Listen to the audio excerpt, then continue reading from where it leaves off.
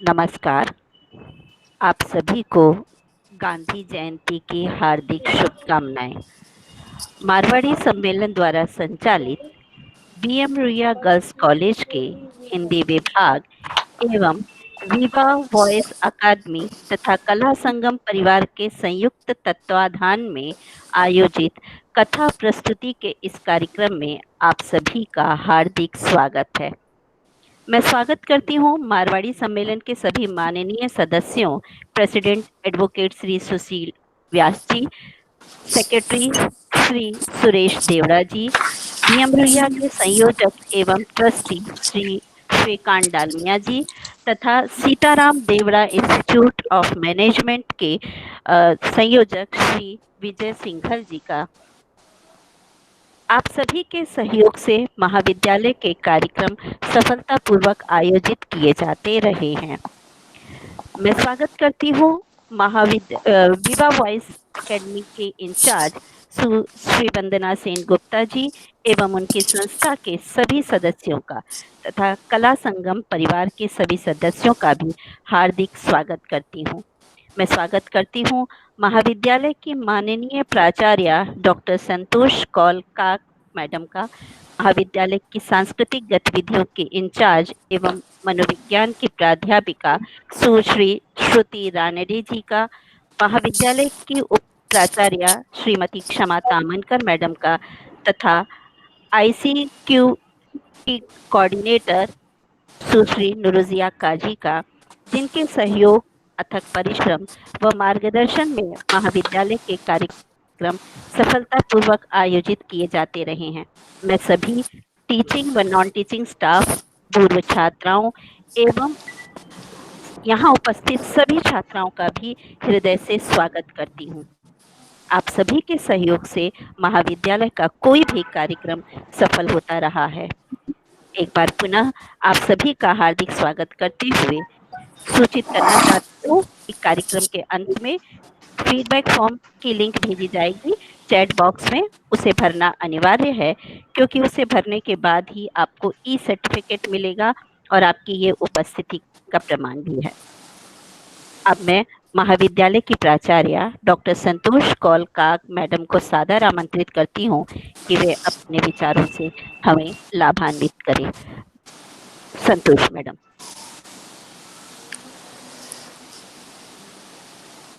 धन्यवाद सुनीता। आप सभी का एक बार आज 2 अक्टूबर गांधी जयंती पर आयोजित इस कार्यक्रम में हार्दिक स्वागत करते हूँ। आज गांधी जयंती के इस शुभ अवसर पर हमारे साथ हैं हमारे मैनेजमेंट के सभी सम्मानित सदस्य, विवा वॉइस एकेडमी की संस्थापक, मेरी बहुत ही अच्छी मित्र, जिसकी पहचान और जिससे दोस्ती इस कोरोना काल में कराई है। तो कोरोना ने बहुत कुछ दिया है ऐसा मैं मानती हूँ। ऐसी मेरी प्रिय मित्र वंदना सेन गुप्ता जी और उनके सभी सहयोगी, दीपिका कुमारी जी और हमारे आज के इस कार्यक्रम में उपस्थित लेखक श्री अनुज कुमार जी।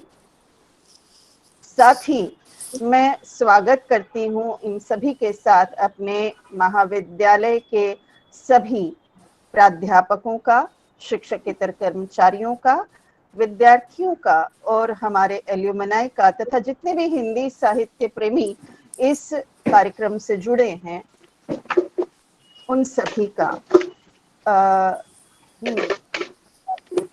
हम सभी जानते हैं, हमारे यहाँ रामायण में कहा गया है कि जब हम सच्चे दिल से और सच्चे भाव से कोई काम करने की सोचते हैं तो स्वयं रास्ते चलकर आपके पास आ जाते हैं।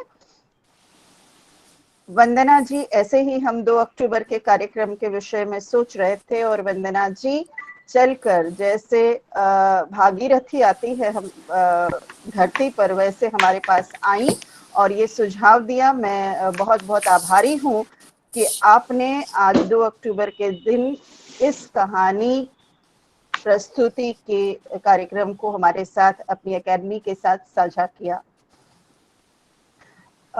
हम सभी जानते हैं कि गांधी जी एक ऐसे व्यक्ति थे जिन्होंने महिला सशक्तिकरण को बहुत महत्व दिया और उन्होंने पूरे स्वतंत्रता आंदोलन में इतने महत्वपूर्ण ढंग से गांधी जी ने महिलाओं की भूमिका को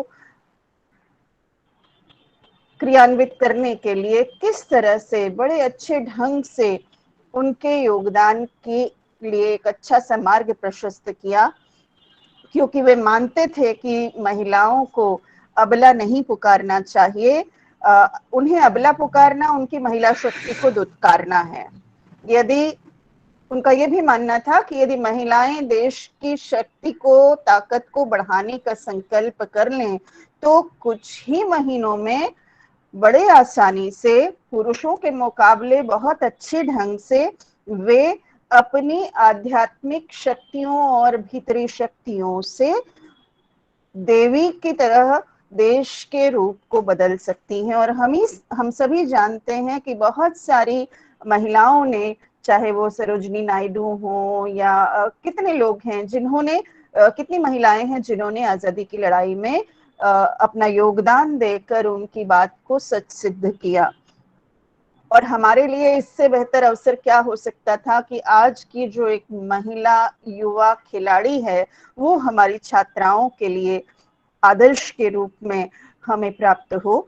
तो आज हमारे बीच हैं दीपिका कुमारी, जो भारतीय महिला तीरंदाज हैं, सर्वश्रेष्ठ महिला तीरंदाज हैं और हमारी छात्राओं के लिए ये बहुत ही आदर्श हैं, क्योंकि इन्होंने बहुत ही निचले पायदान से शुरुआत की अपने खेल की और आज इनका स्थान भारत में पहला है और अंतरराष्ट्रीय स्तर की शीर्ष खिलाड़ियों में से ये एक है।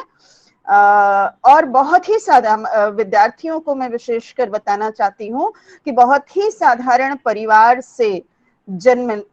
में जन्म लेकर भी पिता गाड़ी चलाते थे, ऑटो चलाते थे, माँ नर्स का काम करती थी और बावजूद इसके इस बच्ची ने हार नहीं मानी और जो आज युवती के रूप में पूरे देश का गौरव सब जगह बढ़ा रही है, जिन्होंने अपने प्रोफेशनल करियर की शुरुआत 2006 में की, परंतु धीरे धीरे उन्होंने यूथ आर्चरी चैंपियनशिप, कॉमनवेल्थ खेलों में महिला की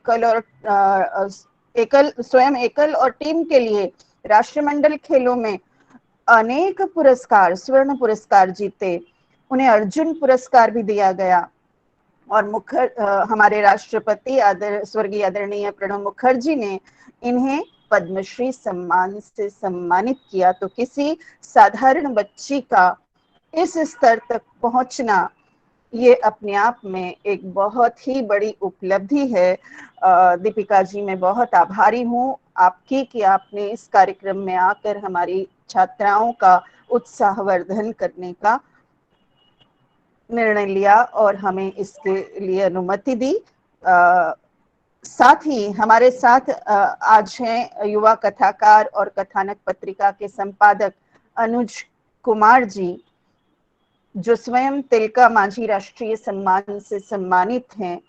मैं वंदना जी का दिल से शुक्रिया अदा करती हूँ कि उन्होंने इन दोनों को हमारे लिए उपलब्ध कराया और आगे बताया ही जाएगा कि अनुज जी ने बहुत अच्छी कहानी दीपिका जी पर लिखी है, जिसका वंदना जी हमारे सामने पाठ करेंगी। वंदना जी की कला से तो हम सभी अभिभूत हैं, हमारे सारे शिक्षक और हमारे विद्यार्थी उसका रसास्वादन कर चुके हैं उनके कहानी पाठ का। तो ये हमें एक और मौका मिला है। वंदना जी, बहुत बहुत आभार आपका भी, आपकी टीम का भी और विवा वॉइस एकेडमी का भी।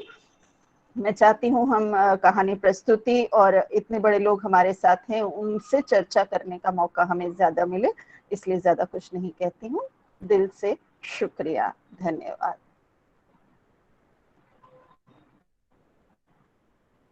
हाँ, तो वंदना मैम, इजाजत हो तो आगे का मैं कंटिन्यू कार्यक्रम, करूं? जी जी जी, आगे के कार्यक्रम को जी कंटिन्यू जी जी जी। अ, सबसे पहले बहुत बहुत धन्यवाद संतोष मैम, आपका और आपके कॉलेज और आपकी टीम का, कि आपने हमें इस प्रोग्राम में सहयोग दिया। तो कार्यक्रम को आगे बढ़ाते हैं, और जैसा मैम ने कहा कि ये आज का प्रोग्राम बहुत ही इंस्पिरेशनल और बहुत ही लर्निंग वाला होने वाला है। मैं बहुत ही उत्साहित हूँ। सो मैं इस कार्यक्रम की शुरुआत करना चाहूँगा उनसे जिन्होंने इस इंस्पिरेशनल स्टोरी को लिखा है। तो श्री अनुज कुमार जी, जो हिंदी साहित्य के एक जाने माने युवा कहानीकार हैं। जेएनयू नई दिल्ली से एमए करने के बाद उन्होंने टेलीविजन के प्रस्तुति कला विषय पर पीएचडी की उपाधि ग्रहण की है।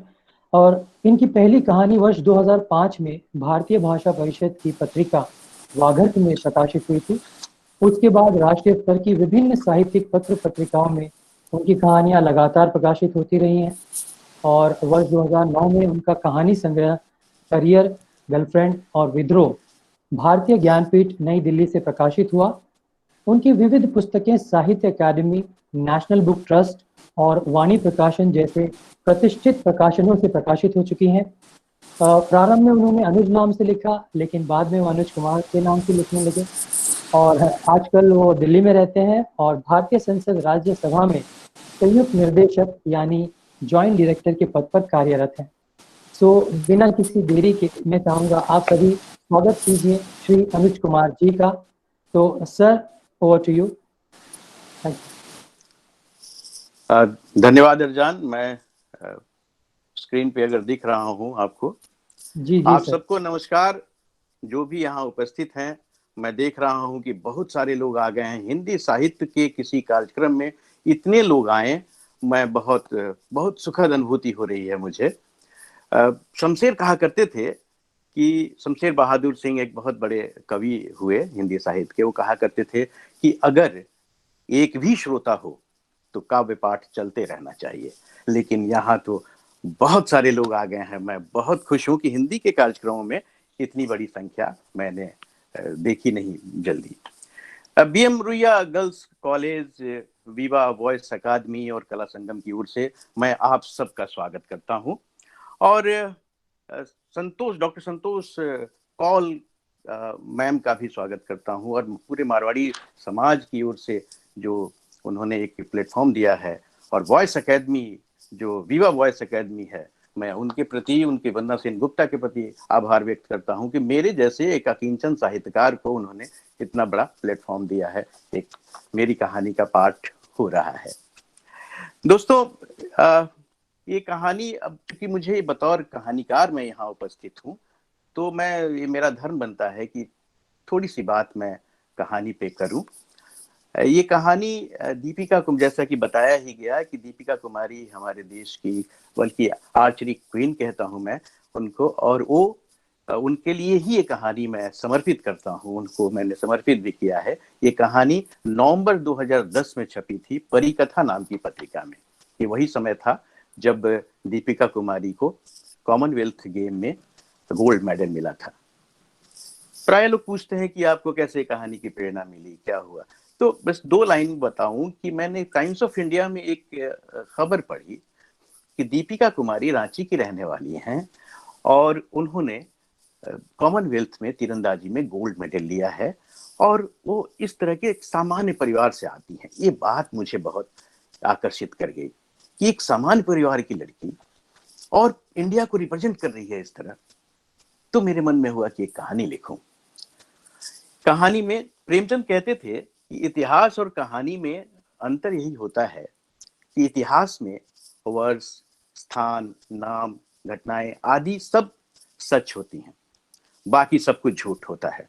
लेकिन साहित्य में ये सब चीजें झूठ होती हैं, जैसे वर्ष, नाम, जो ऐतिहासिक चीजें हैं, तथ्य, लेकिन बाकी सब कुछ सच होता है।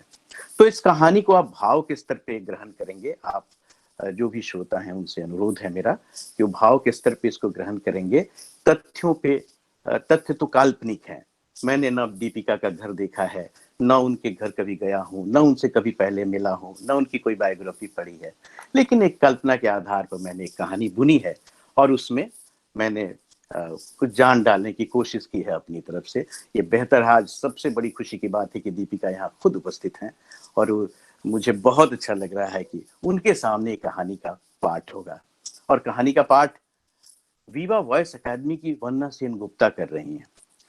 दोस्तों, एक हमारे शास्त्रों में लिखा हुआ है कि जो शब्द है, शब्द ब्रह्म होता है, शब्द ही ब्रह्म है। कहते हैं कि जो हम कुछ भी बोलते हैं तो पूरे यूनिवर्स में सदियों तक गूंजता रहता है, वो रहता है, वो एक एनर्जी के रूप में। एनर्जी का कभी क्षय नहीं होता, आप जानते हैं, वो कन्वर्ट होती है एनर्जी इस एनर्जी से दूसरी में, लेकिन वो क्षय नहीं होती, वो खत्म नहीं होती। तो ये वॉइस एनर्जी जो आपकी है, ये भी यूनिवर्स में गूंजती रहती है। और वंदना सेन गुप्ता ने सबसे बड़ा काम किया है कि वॉइस को अकादमिक स्तर पे ले जाने की कोशिश की है। अकादमिया इसका स्वागत करेगी, मुझे पूरी उम्मीद है। आप किस तरह से बोलें, आपकी आवाज की लर्जिश कैसी हो, आपके बोलने का अंदाज कैसा हो, आप जो कहते हैं उसका प्रभाव क्या पड़ता है। कई बार ऐसा होता है कि आप शायरों को देखेंगे, बहुत सारे ऐसे शायर हैं जो बहुत अच्छे शायर हैं, बहुत। आप देखें, कोई जैसे फैज का उदाहरण ले लें, फैज बहुत बड़े शायर थे, लेकिन जब मंच पे पढ़ते थे तो किसी को कुछ समझ में ही नहीं आता था क्या बोल रहे हैं।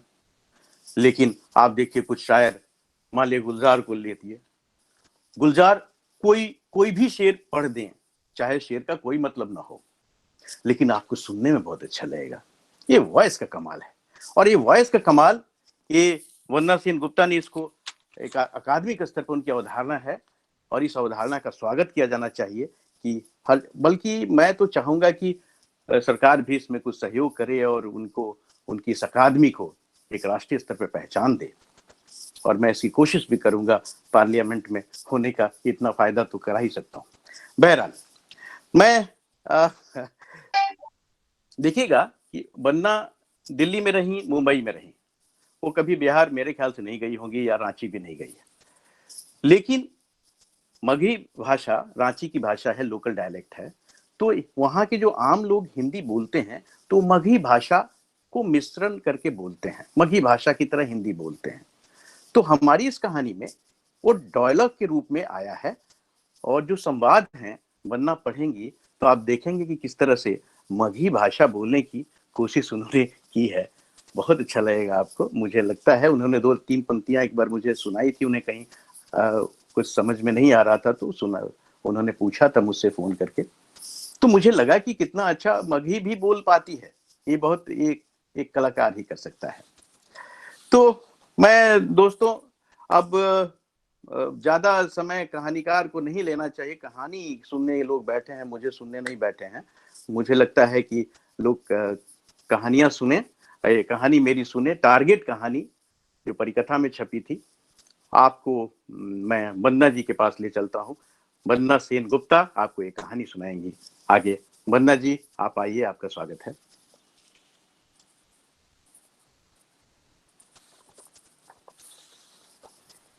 थैंक यू आप सभी का। जी, मेरी आवाज आ रही है, सबको क्लियर है?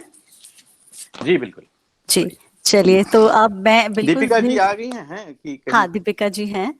और अगर स्क्रीन ये कर दें, अगर to the size of the screen तो अच्छा रहेगा। रामलखन जी अगर आप हैं तो अगर मुझे पिन कर दें आप तो अच्छा रहेगा सबके लिए, क्योंकि फिर कहानी सुनने का सभी को मजा आएगा। हाँ, तो चलिए अब मैं टाइम बिल्कुल भी नहीं लूंगी और मैं स्टार्ट कर रही हूँ कहानी। आप सभी का स्वागत है एक बार फिर। और हम अब Deepika ji, this one is for you, Anuj and आप सभी के लिए। चलिए कहानी का कथन शुरू करते हैं। टारगेट। ये कहानी रांची झारखंड की रहने वाली आर्चरी क्वीन दीपिका कुमारी को समर्पित है। रातों की सड़कें सूनी पड़ी हुई थीं। ऐसी चुप्पी मानो आदमी की कौन कहे, परिंदे भी चुप हों। लोग बाग अपने अपने घरों में कैद से हो गए थे। हालांकि ये शांति सिर्फ सड़कों पर थी, टेलीविजन तो हर घर में चल रहा था। दूरदर्शन पर राष्ट्रमंडल खेल 2010 का सीधा प्रसारण किया जा रहा था। शायद दूरदर्शन के लिए यह दूसरा मौका था जब उसके प्रसारण को देखने के लिए सड़कें सूनी हो आई थी।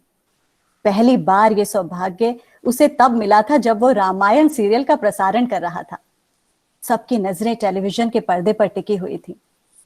हालांकि ऐसा नहीं था कि रातू नाम का यह छोटा सा कस्बा कोई खेल नगरी रहा हो या कि यहाँ खेलों के प्रति लोगों में कुछ ज्यादा ही उत्साह हो, बल्कि रातू की भी हालत अपने देश की हालत की तरह ही थी। यहाँ भी खेलों को लेखन और सांस्कृतिक गतिविधियों की तरह पार्ट टाइम काम ही समझा जाता था। लोग भी क्या करें, अब रोजी रोटी की चिंता से मुक्ति मिले तब तो खेलों और अन्य गतिविधियों से नाता जोड़ा जाए। यहाँ तो 2 जून का भोजन जुट जाए, यही बड़ी बात थी। यदि भोजन जुट भी जाता तो दूसरी और भी चिंताएं थी जीवन की, जिनसे जूझते जूझते ही आम आदमी शमशान तक पहुंच जाता था।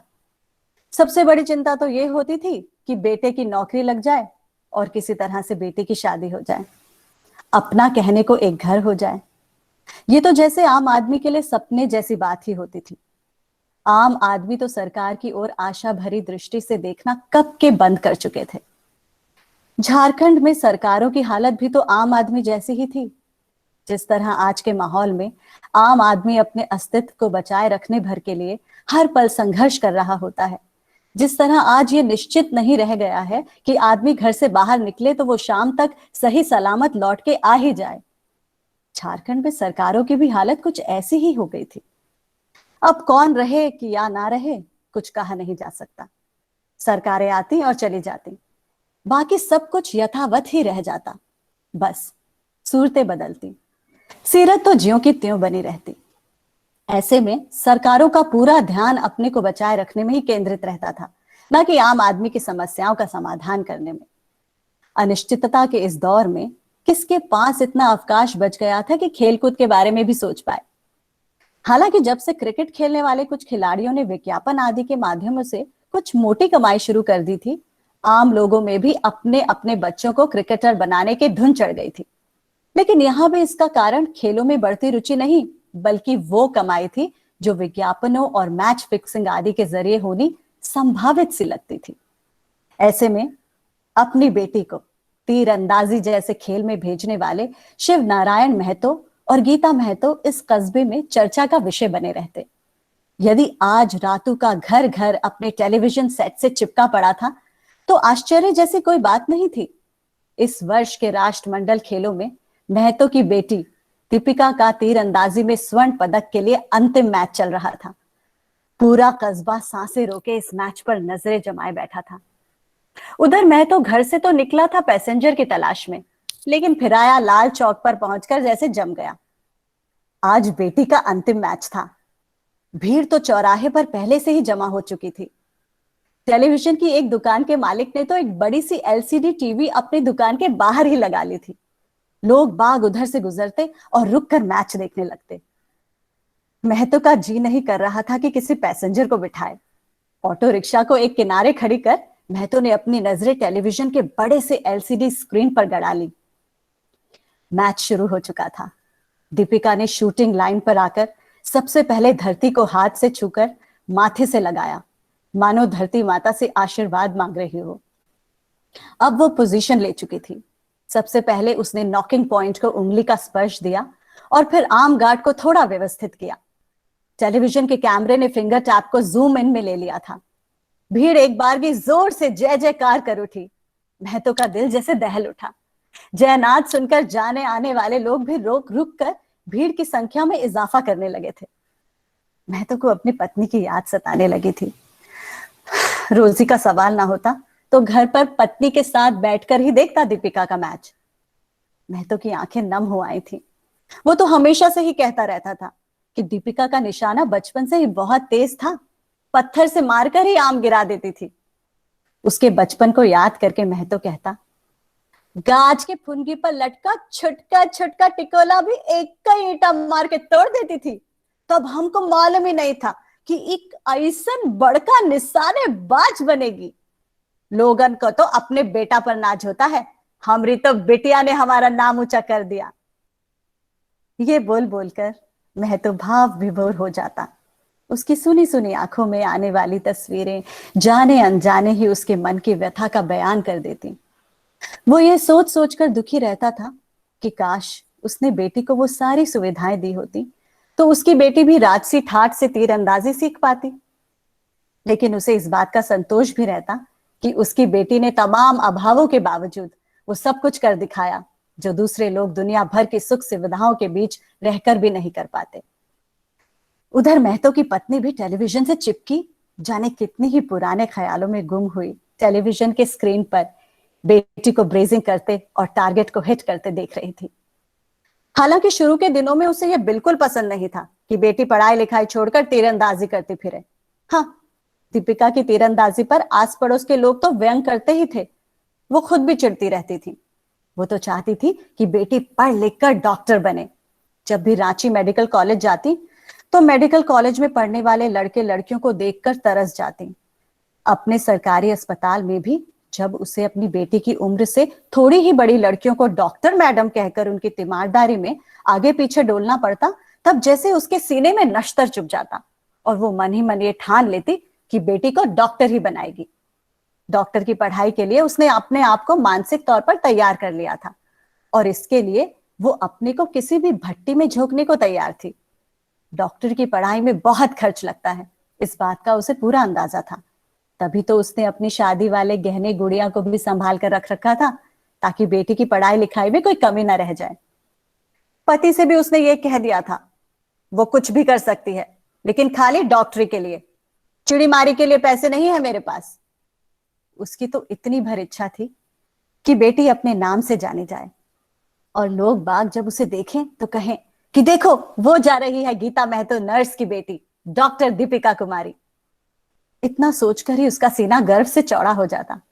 इसलिए जब भी बेटी बांस की करची से बने तीर धनुष को लेकर निकलती, पीछे से वो चीखती चिल्लाती निकलती, पढ़ाई लिखाई गिलाई चूल्हे भाड़ में, दिन दिन भर बनच्चर की तरह बोआती रहते, चिड़ी मार करते फिरते। हम तो सोच ले हले कि पढ़ते लिखते घर के नाम रोशन करते डॉक्टर बनते, लेकिन एकरा तो बने बने बउआई से फुर्सत ना मिले रही। लेकिन उधर मां चीखती रहती और इधर दीपिका का तीर अपने टारगेट को भेद डालने के लिए हवा में लहराता रहता। इससे उलट शिवनारायण महतो को अपनी बेटी पर बड़ा नाज था।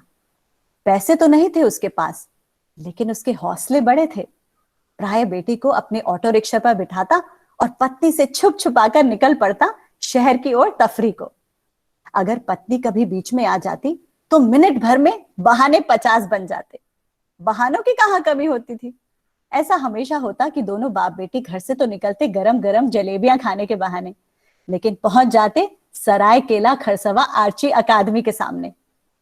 मैं तो जानबूझकर ऑटो उसी रास्ते पर मोड़ लेता जिस रास्ते के बीचों बीच ये सराय केला खरसवा आर्चरी अकादमी स्थित थी। दीपिका को भी अकादमी की ओर से जाना ही अच्छा लगता था।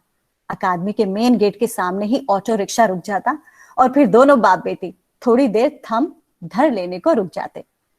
दीपिका अकादमी के अंदर बाहर आते जाते और आपस में हंसी ठिठोली करते लड़के लड़कियों को ललचाई नजरों से देखती रहती। सभी लड़के लड़कियां अत्याधुनिक तीर धनुषों से सुसज्जित होते। सबके कंधों पर आधुनिक किस्म के धनुष झूल रहे होते और कमर से एक तरकश लटक रहा होता। इनके तीर धनुष भी तो अजीब होते थे। दीपिका के तीर धनुष से तो बिल्कुल ही अलग। अपने को ऐसे ही लड़के लड़कियों की टोली के एक हिस्से के रूप में देखना दीपिका के लिए एक सुखद एहसास होता। थोड़ी देर की तफरी के बाद महतो के काम पर जाने का समय हो जाता और दोनों बाप बेटी घर लौट आते। घर लौटकर सबसे पहले वो रसोई में जाती और ले आती सब्जी काटने वाली अपनी धारदार चाकू। फिर बांस की करचियों को छीलने में पिल पड़ती।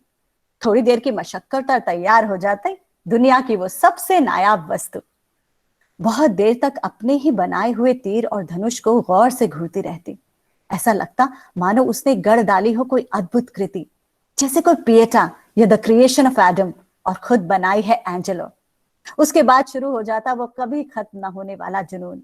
चढ़ जाती प्रत्यंचा और तड़प उठते जैसे हर एक तीर भेद डालने को अपना अपना टारगेट।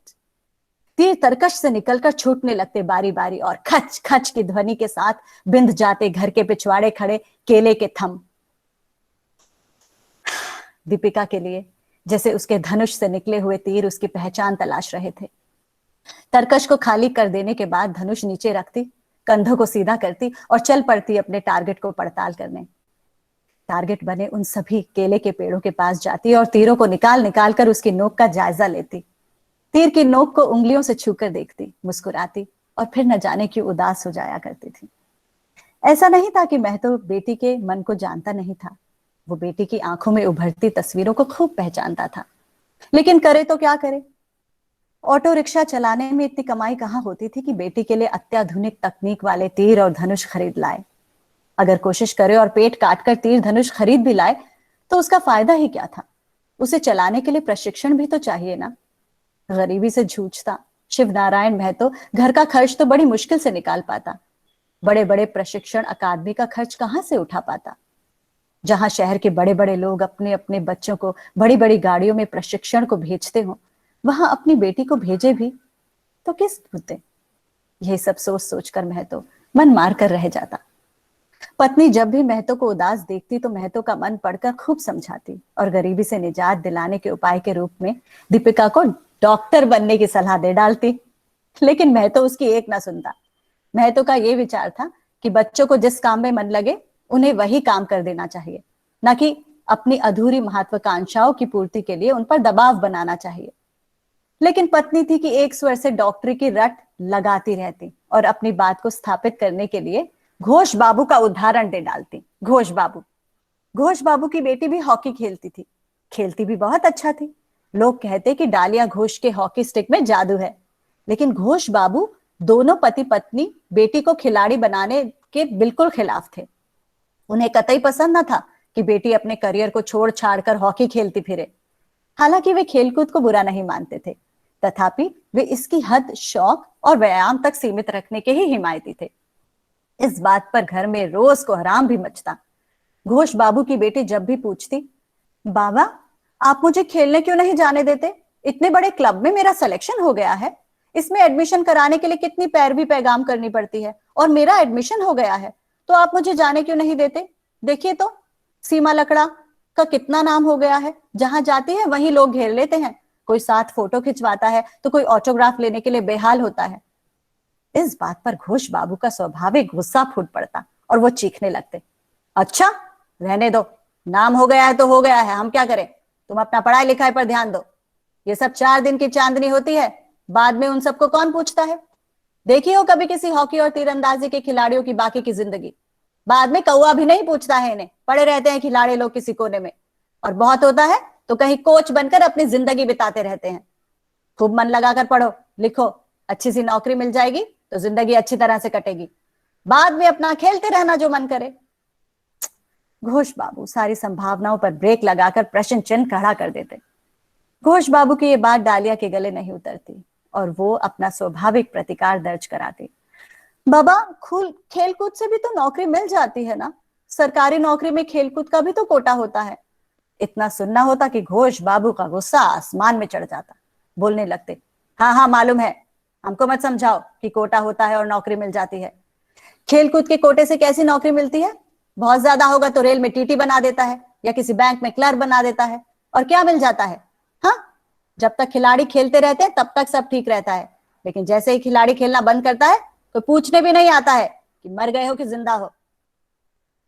फिर थोड़ा दम लेकर झिड़कते हुए बोले, चुपचाप कोचिंग क्लासेस करो और मेडिकल का एंट्रेंस दो।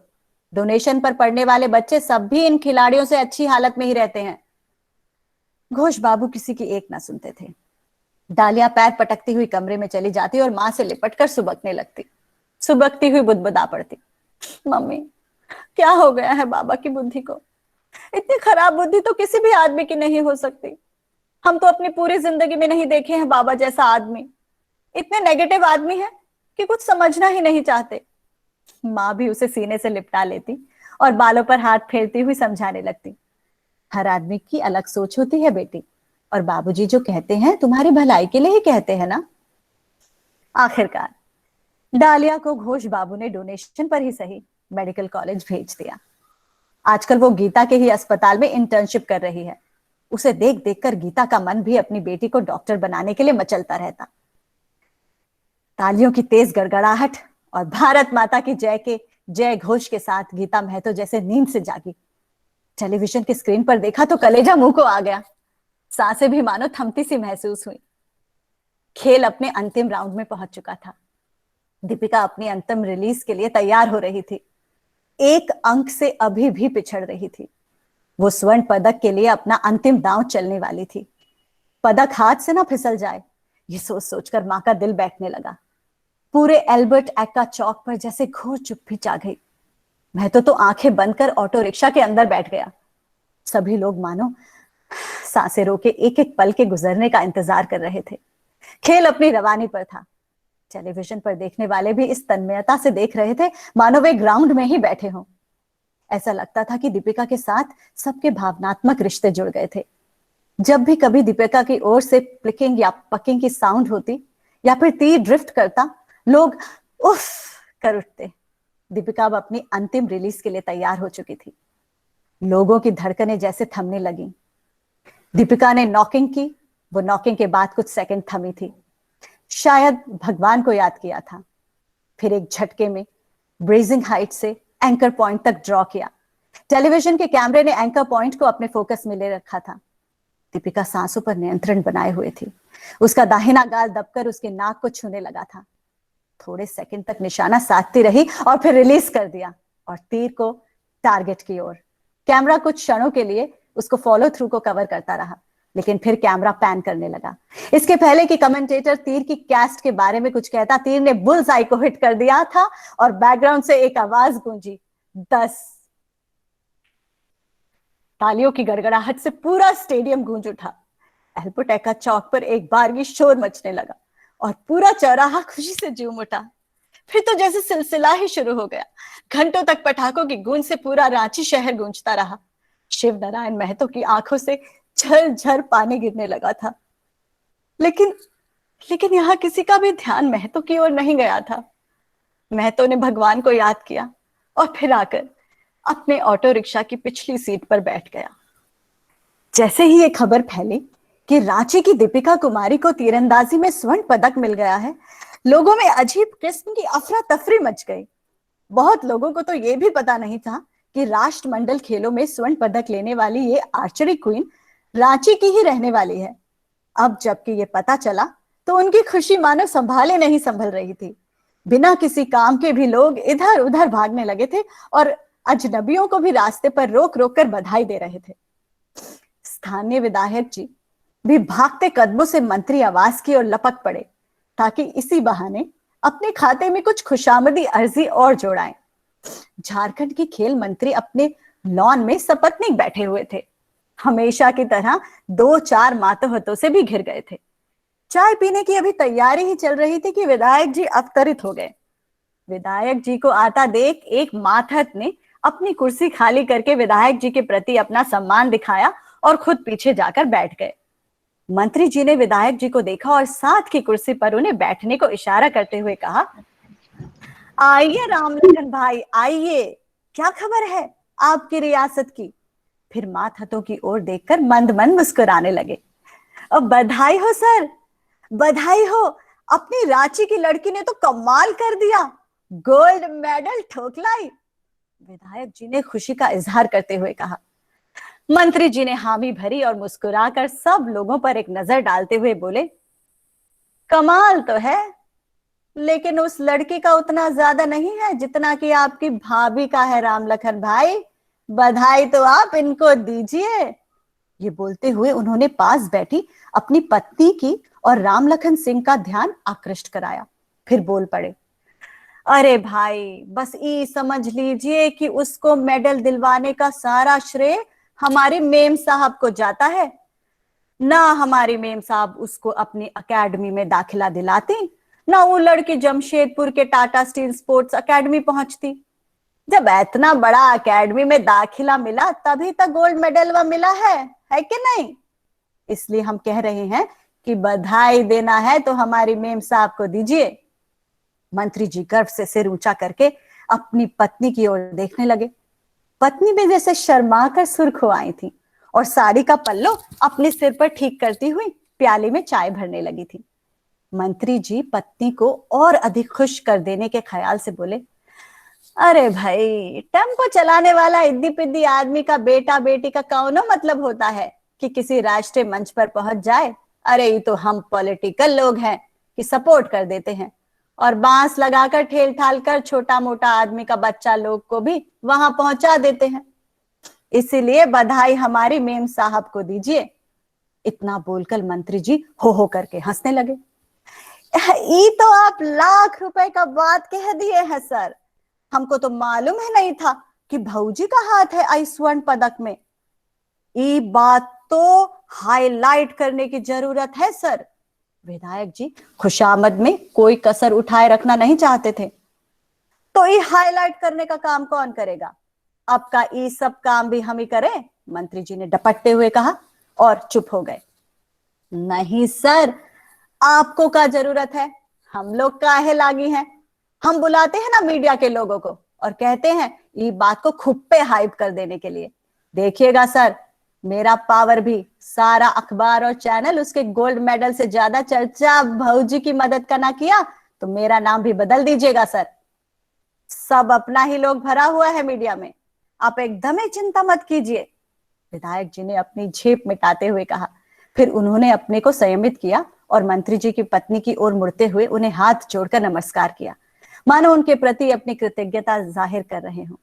विधायक जी से रहा नहीं गया तो मंत्री जी की पत्नी से पूछ बैठे, आए भौजी, वो लड़कियां का बाप सही में टेम्पो चलाता है का?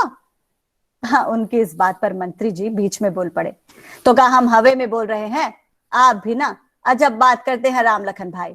अरे भाई, उसका बाप टेम्पो चलाता है और उसकी मां नर्स है यहीं के सरकारी अस्पताल में। ये सुनकर विधायक जी भुनभुनाए, ये सच्चे में बहुत बड़का बात है। हाँ, ये सच्चे में बहुत बड़का बात है। फिर थोड़ा अचरज करते हुए बोल पड़े, हमको ये बात समझ में नहीं आया सर कि वो सब भौजी के पास कैसे पहुंच गया। उनकी इस जिज्ञासा को शांत करने के ख्याल से इस बार मंत्री जी की पत्नी आगे आई। चाय का प्याला विधायक जी के हाथों में थमाते हुए बोल पड़ी, ऐसा कोई बहुत गहरा पहचान नहीं है भाई साहब। छोटकी बबुनिया जब होले हलई ना तब सारा कुछ उसकी माइये कर ले कुले है। वही अस्पतालवा मां नर्स हलई ना। फिर थोड़ा दम धरकर बोले, आपके भैया उस समय कोयला का दलाली करते थे और धनबाद वाला मर्डर केसवा में जेल काट रहे थे। रुपया पैसा भी तो रामे भरोसे रहता था हम लोगों के पास। उस समय उसकी माई ने ही मदद की थी। कोई था मदद के लिए? आप लोग से भी तो बहुत बाद में पहचान हुआ है ना। एक दिन उसी परिचय का याद दिला के उसका बाप आया था मदद मांगने। पूरा डिलीवरी कराना, छोटा मोटा सारा का सारा खर्चा उठाना, ये कोई छोटा बात नहीं था। जबकि मालिकार जेल काट रहा हो, ये सब सोच सोचकर बहुत दया आया था मेरे मन में। जितना बुझाया हम भी किए मदद। तब ना आज जाके दीपिका इतना बड़ा नाम किया है पूरी दुनिया में। इतना बोलते हुए उनके चेहरे पर संतोष सुख का भाव भर आया था।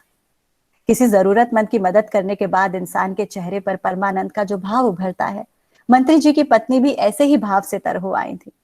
थोड़ी देर चुप्पी बनी रही, फिर विधायक जी ने चुप्पी तोड़ी। बहुत बड़ा काम किया है आपने भौजी, इतिहास आपको याद रखेगा। मुख्यमंत्री जी ने विधायक जी के उत्साह की मन ही मन सराहना की। फिर बोले, राम लखन भाई, इतिहास तो तब याद रखेगा ना जब लोगों को पता चलेगा।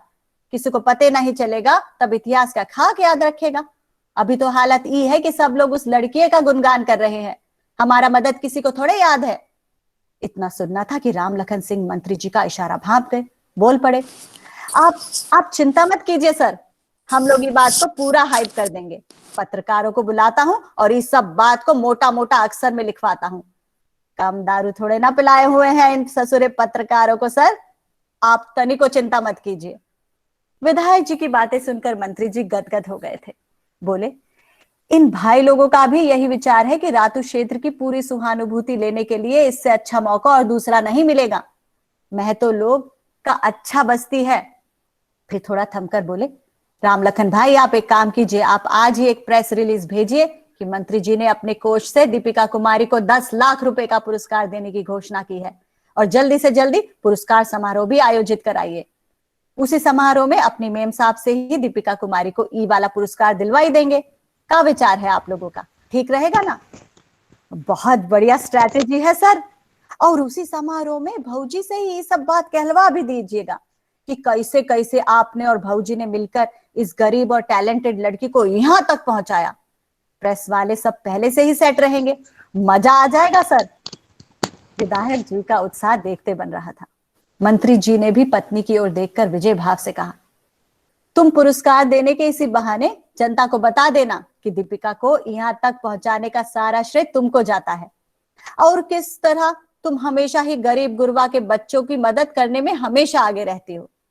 मंत्री जी ने फिर अन्य लोगों की ओर मुड़कर कहा, जब मेम साहब अपने से ये सब बात बोलेंगी ना, तब तो जनता के मन में घुस जाएगी।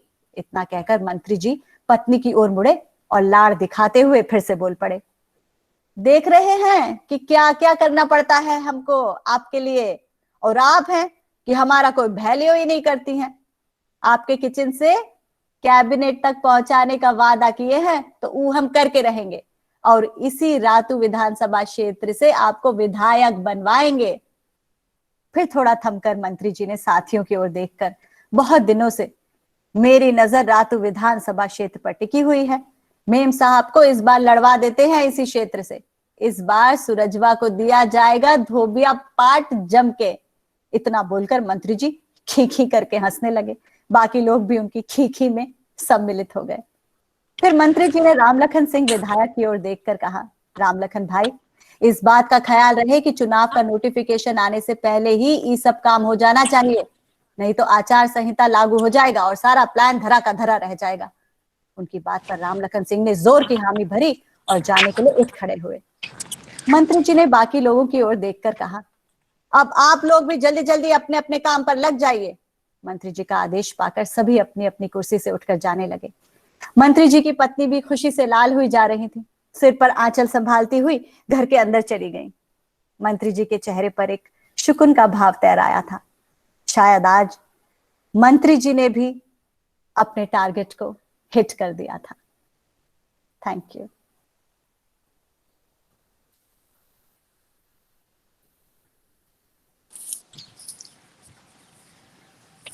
धन्यवाद वंदना, बहुत अच्छे से पाठ किया आपने। और मैं चाहूंगा कि अगर इस पर सबसे पहली प्रतिक्रिया तो मैं दीपिका जी से लेना चाहूंगा कि दीपिका जी स्क्रीन पे आए और प्रतिक्रिया दें अपनी। यस, नमस्ते सभी को। मेरी आवाज सुनाई दे रही है? जी जी सारी। थैंक यू सो मच मुझे सबसे पहले बोलने के लिए, बिकॉज मैं बोलने ही वाली थी कि मेरा टाइम हो रहा है और मैं ग्राउंड पहुंच गई। So thank you so much Vandana ji, आपने मुझे बुलाया। और वाह क्या बोलती हैं आप। Thank you. मतलब मैं सुन रही थी, बहुत अच्छा बोलती हैं आप, आपकी वॉइस बहुत अच्छी है। Thank you. एंड जैसे राइटर जी ने कहा कि ये सिर्फ काल्पनिक है, तो मैं उसी तरह से ले रही थी, बट काफ़ी चीज़ें हैं, कुछ चीज़ें जो सच हुई हैं। सो मुझे बहुत अच्छा लगा सुन के, और जैसे कि मैंने कहा बहुत अच्छा बोलती हैं। और राइटर जी आपने, सॉरी मैं नाम नहीं जानती, बट आपने बहुत अच्छा अनुज नाम है, अनुज कुमार। अनुज जी थैंक यू, आपने बहुत अच्छा लिखा है। सो या और अभी फिलहाल मैं ग्राउंड पहुंच गई, हमारे प्रैक्टिस का टाइम हो गया। बिल्कुल बिल्कुल। वन्नू जी या वन्ना जी, अगर आप कुछ पूछना चाहें तो मुझसे पूछ सकती हैं। और यस, अगर ये स्टोरी अगर मेरी रियलिटी पे और होता ना तो मुझे बहुत अच्छा लगता सुनने में। ये भी काफ़ी अच्छा है, बट यू नो कभी कभी एफएम में ना एक स्टोरी आती है, कुछ स्टोरी आती है, वन्ना जी जैसे ही बोलती है वैसे ही सुनाती है, और मुझे वो बहुत पसंद है सुनना। मतलब मैं बहुत सुनती हूँ क्योंकि जिस तरह से स्टोरी बताते हैं ना तो मुझे बहुत अच्छा लगता है। और मुझे बहुत खुशी हुई कि काल्पनिक ही सही, बट आपने मुझे लेके स्टोरी लिखा और आपने जिस तरह से बताया उस तरह से मुझे बहुत मजा आ रहा था। मतलब 1 घंटा कैसे चला गया मुझे खुद ही पता नहीं चला। सो या thank you so much. Thank you. बहुत बहुत धन्यवाद। और सबसे अच्छा लगा कि आप आई यहाँ बिल्कुल, और हम लोग के बीच शामिल हुई।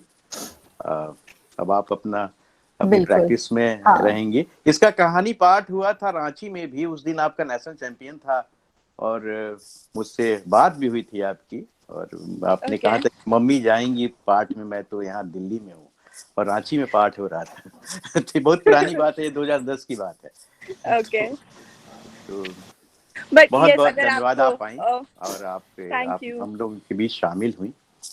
बहुत बहुत धन्यवाद। बहुत अच्छा लगा, बिल्कुल। थैंक और यू ये अच्छा नहीं होगा कि हम आपको और रोके, बट हालांकि अगर प्रिंसिपल मैम कुछ कहना चाहें तो, but thanks so much Deepi, we are so proud of you.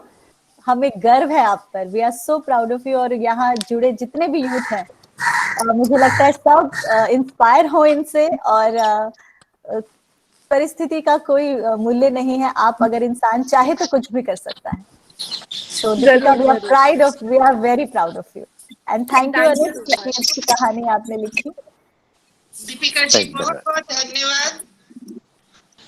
Thank you so much ma'am, thank you. And हमारी यही कोशिश रहती है कि हम जितना अपने कंट्री के लिए अच्छा कर सके हम उतना करें, जितना मेहनत हो सके हम उतना मेहनत करें, और ताकि आने वाली जनरेशन हमसे कुछ अच्छा सीखे और वो फिर कंट्री को प्राउड कराएं, अपने पेरेंट्स को प्राउड कराएं। So yes, thank you so much.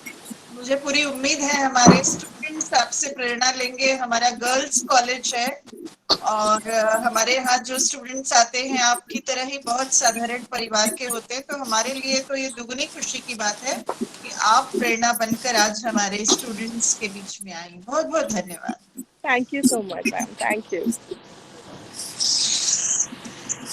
ठीक है दीपिका जी, बहुत बहुत अच्छा लगा आप आई। Thank you, Thank you Deepika ji, thank you so much. Thank you, bye. Yeah, bye.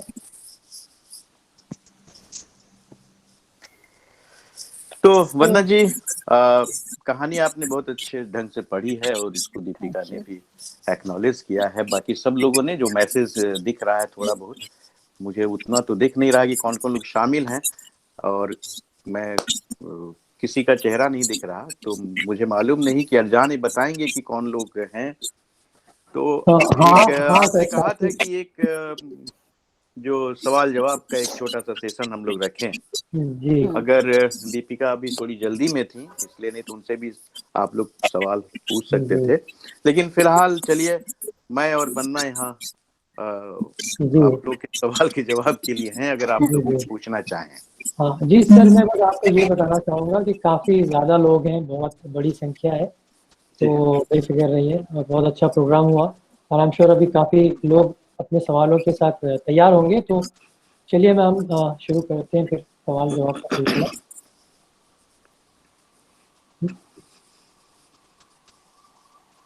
अ,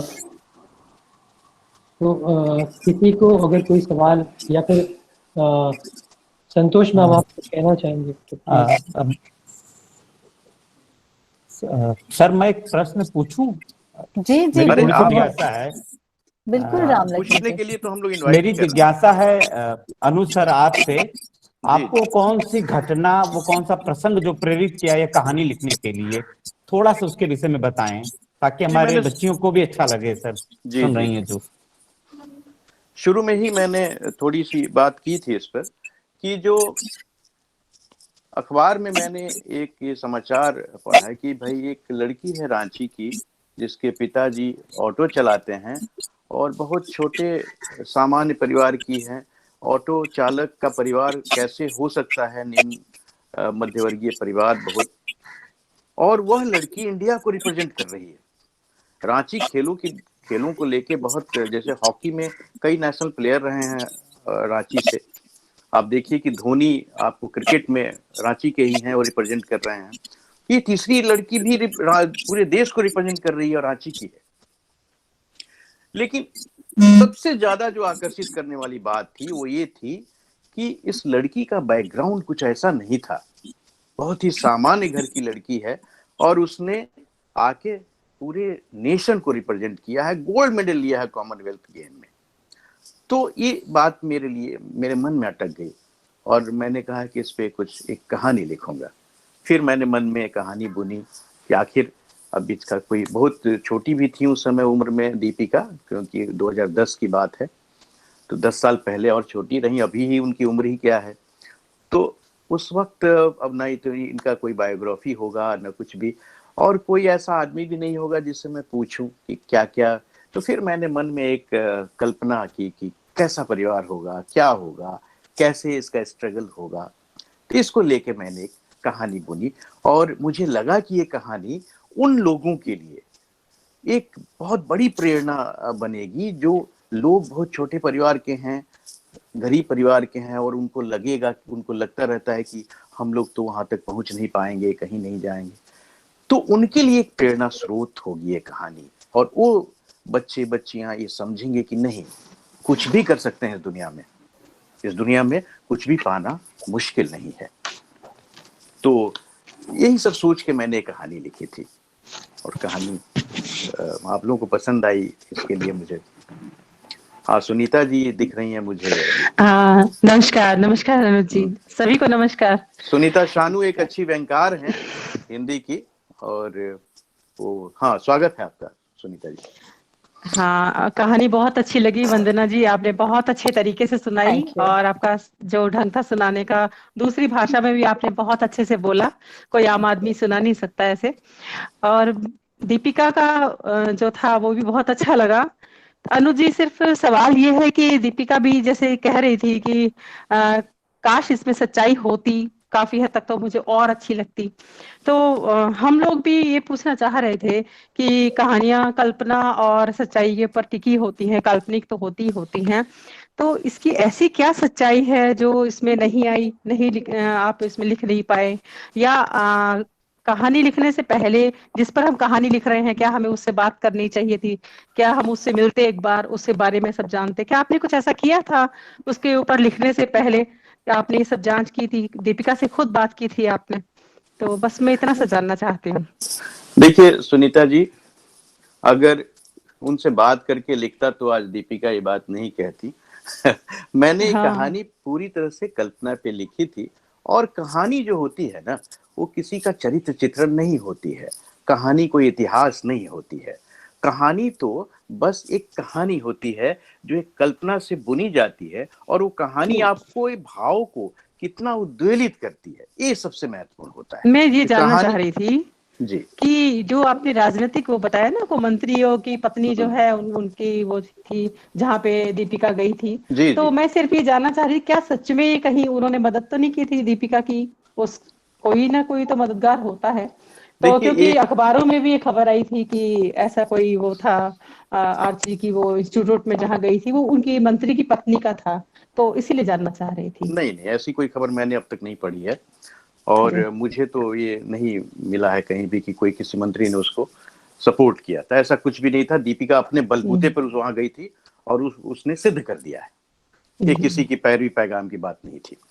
ये तो बस कल्पना के आधार पर मैं एक कंट्रास्ट क्रिएट करना चाहता था पॉलिटिकल जो क्राइसिस है अपने देश में, किस तरह से पॉलिटिकल लोग यूज करते हैं, दूसरे के टैलेंट को अपने फायदे के लिए यूज करते हैं, इस बात को दिखाने के लिए मैंने एक सीन गढ़ा था, बस एक दृश्य बनाया हुआ, ये ऐसी सच्चाई कहीं भी नहीं है। जी बिल्कुल, शुक्रिया।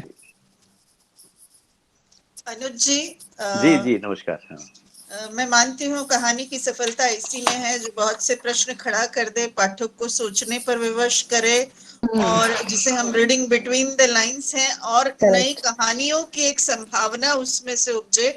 तो इस दृष्टि से आपकी कहानी सचमुच अगर इस तरह के प्रश्न उपस्थित करती है तो ये अपने आप में एक बड़ी सफलता है। जी बहुत धन्यवाद।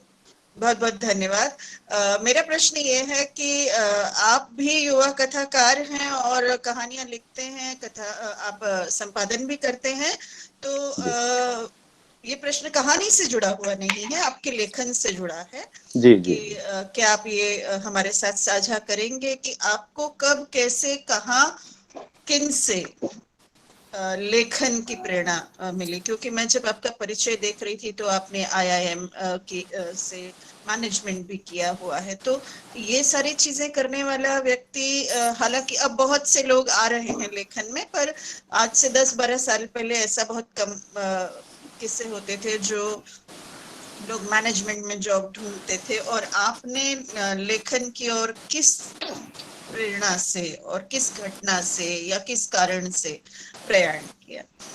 जी जी, मैं पहले तो एक करेक्ट कर दूं कि आईआईएम से मेरा कोई संबंध नहीं रहा है। अच्छा, मैंने नेट पर देखा तो मुझे जानकारी मिली और मुझे लगा कि ये एक अजीब और अलग बात है। किसी और का प्रोफाइल होगा। जी बहरहाल हो सकता है, हो सकता है। हाँ। मैंने एमए किया है, फिर पीएचडी किया है, और वो इंफॉर्मेशन टेक्नोलॉजी में एक डिप्लोमा किया हाँ है। जी, ये तो मानते इस तरह हैं, से इसलिए मैं इसको स्पष्ट करना चाहती हूँ। हाँ। तो खैर, आपने ये पूछा कि कैसे, तो ये बहुत लंबा वक्तव्य हो जाएगा, लेकिन मैं छोटे में बता देता हूँ आपको। जी, बहुत संक्षेप हाँ, में।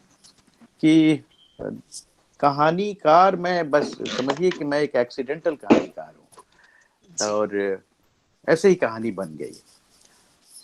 बन्ना जी, वो स्क्रीन पे नहीं दिख रही हैं। मैं यहाँ पे अच्छा, हूँ। प्रिंसिपल मैम भी है, सब है। हाँ। अच्छा, तो मैं ये कह रहा था कि उस समय एक हमारे जेएनयू में एक व्यक्ति होते थे, तो उन्होंने एक बार मुझसे कहा कि साथी, आप इतना अखबारों में कुछ कुछ लिखते रहते हैं, कभी मेरे ऊपर कुछ लिखिए ना। तो मैं उन पर एक आर्टिकल लिखने की कोशिश कर रहा था। तो वही कहानी, वो आर्टिकल लिख रहा था, तो मेरे जीजा जी हैं, रांची यूनिवर्सिटी में इंग्लिश के प्रोफेसर हैं, तो उन्होंने देखा, तो उन्होंने कहा कि अरे, आप कहानियां भी लिखते हैं। हमने कहा कहानी तो नहीं है, तो मैं आर्टिकल लिख रहा था। तो उन्होंने कहा कि नहीं है, तो कहानी बन रही है। तो फिर मैंने उसको उस नजर से देखा और एक कहानी के रूप में थोड़ा सा चेंज किया, और उसके बाद से सिलसिला चल निकला। वो कहानी भी छपी भारतीय भाषा परिषद की एक पत्रिका है, वागर्थ, कोलकाता, जो कि बहुत ही रेप्यूटेड पत्रिका है साहित्य की। उसमें रविंद्र कालिया उस समय उसके एडिटर होते थे, तो उन्होंने छापी ये कहानी, और वो कहानी खूब चर्चित हो गई। तो पहली कहानी चर्चित हो जाए तो उत्साह भी बढ़ता है। तो उसके बाद से मैं कहानियां लिखने लगा। कोई ऐसा नहीं था कि कोई लेगेसी है मेरे पास कहानीकारों की, और ऐसा कुछ नहीं था। जी, शुक्रिया। और कुछ सवाल हो किसी के? इतने सारे लोग हैं, सवाल करने चाहिए, सवाल बहुत पूछे जाने चाहिए। हम लोग बचपन में सभी वंदना जी की कहानी सुनकर इतने मंत्रमुग्ध हो गए हैं। हाँ, बनना तो पड़ती उससे ही, इतना अच्छा बाहर है। उभरना समय लगेगा शायद, या उसी में खुश हैं। जी, बहुत जी। सुंदर प्रस्तुति वंदना जी, एज यूजुअल। अनुज जी का परमिशन हो तो इस कहानी पर फिल्म बनाने का विमर्श किया जाए। ये तो अच्छा प्रस्ताव है, क्योंकि इससे तो बहुत युवाओं को एक प्रेरणा मिलेगी, बहुत मिसाल युवा। मिलेगी। हाँ, एक्चुअली यहाँ कहना चाहूंगी, मुझे ऑलरेडी मेरे व्हाट्सएप पर काफी मैसेजेस आ गए हैं। 2-3 डायरेक्टर्स जुड़े हुए थे जो फिल्म बनाना चाहते हैं। तो Shubhra Dutta is also a DOP, तो क्यों नहीं, बिल्कुल। कल पढ़ के मैं वो कहानी का वो थोड़ा संक्षेप में जो पढ़ा, जो the theme of the story, तभी से मैं सोच रही थी कि वंदना और अनुज जी से पूछना पड़ेगा कि ये तो काफी प्रेरणा देने वाली एक स्टोरी है, like very good message to the youth actually. बहुत बहुत धन्यवाद शुभ्रा जी, आपने इतना ध्यान से उसको देखा। इसीलिए मैं सोचा कि आज तो देखना ही पड़ेगा, सुनना पड़ेगा।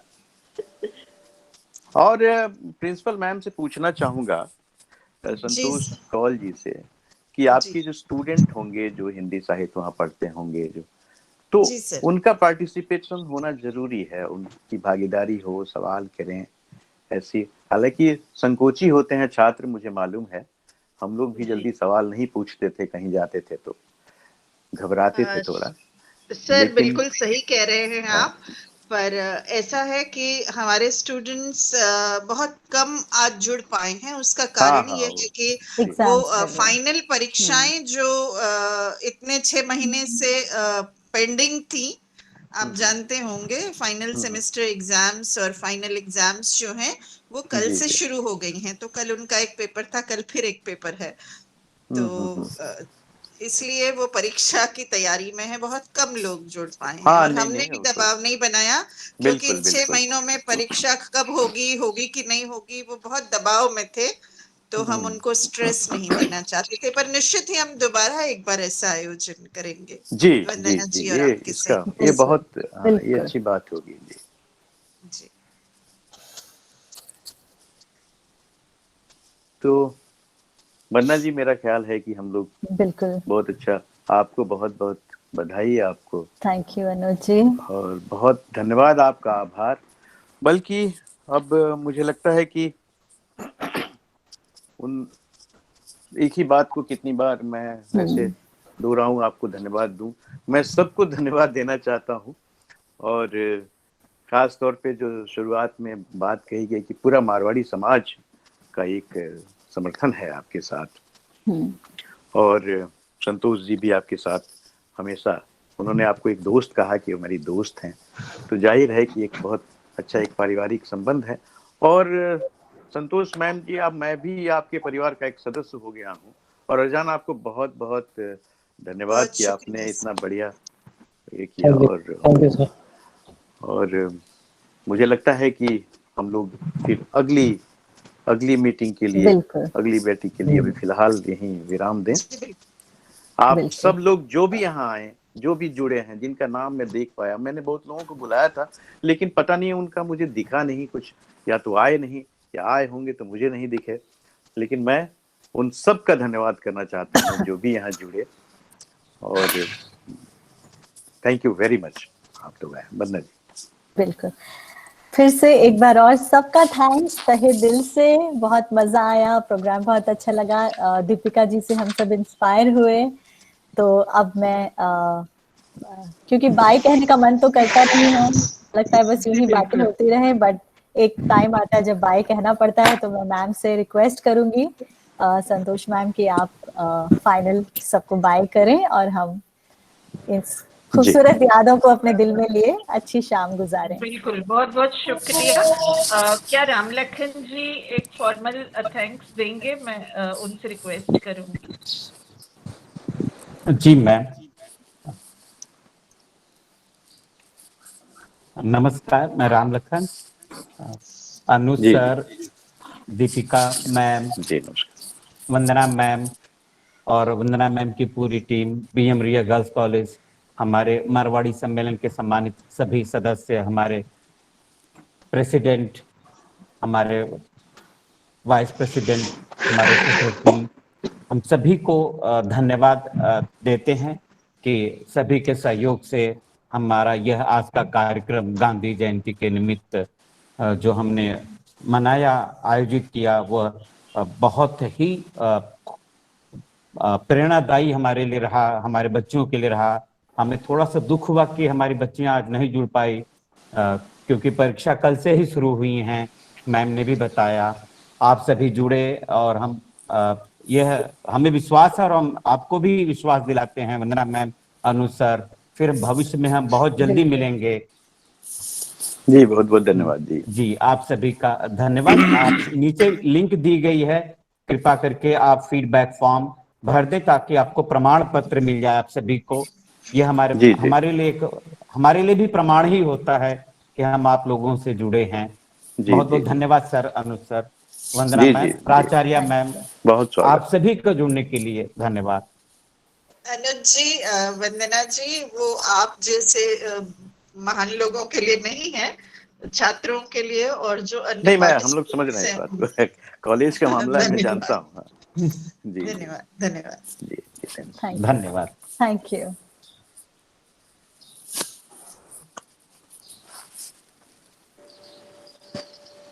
Thank you, everyone. Thank